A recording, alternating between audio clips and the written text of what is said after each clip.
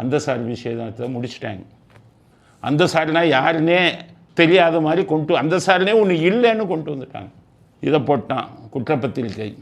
அதில் என்ன சொல்லிட்டான் தெரியுமா? குற்றப்பத்திரிக்கையில் இவன் நகையை திருடினவன் நகையை மீட்டிருக்கோன்னு முடிச்சிட்டான். 3 பெண் அதிகாரிகளும் கூட்டு சதி செஞ்சு முடிச்சிட்டாங்க. உயர் நீதிமன்றமும் வாயை திறக்கலை. ஆனால் உங்கள் அண்ணாமலை என்ன சொன்னார்? அவனுடைய கால் டீட்டெயில் என்கிட்ட இருக்குன்னு சொன்னாரா இல்லையா? அண்ணாமலைக்கு தான் கேட்குறேன். ஞானசேகரன் கால் டீட்டெயில் வச்சுருந்தீங்களே, அதை வச்சு என்ன பண்ணிக்கிட்டு இருக்கீங்க? நாக்கு ஒழிச்சுக்கிட்டு இருக்கீங்களா? நாட்டு மக்களுக்கு சொல்லுங்கள், இந்த டைமில் இவனோட பேசியிருக்கான், அவன் தான் குற்றவாளின்னு சொல்லுங்கள். உங்களுக்கு கால் டீட்டெயில் பார்க்க தெரியாது. ஐபிஎஸ்னா பெரிய இது கிடையாது.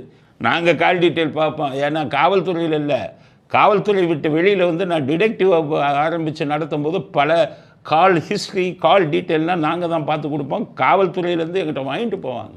எங்களுக்கு அந்த அனுபவம் இருக்குது. உங்கள் கால் டீட்டெயில் ஞானசேகரன் கால் டீட்டெயிலை உங்களுக்கு தெரியலன்னா என்கிட்ட கொடுங்க. ஞானசேகரன் யாரோட பேசுனா, எந்த டைமில் பேசுனா, அந்த பெண் அந்த சார்னு சொல்கிறது உண்மையாங்கிறத கால் டீட்டெயில் வச்சு நிரூபிப்போம்.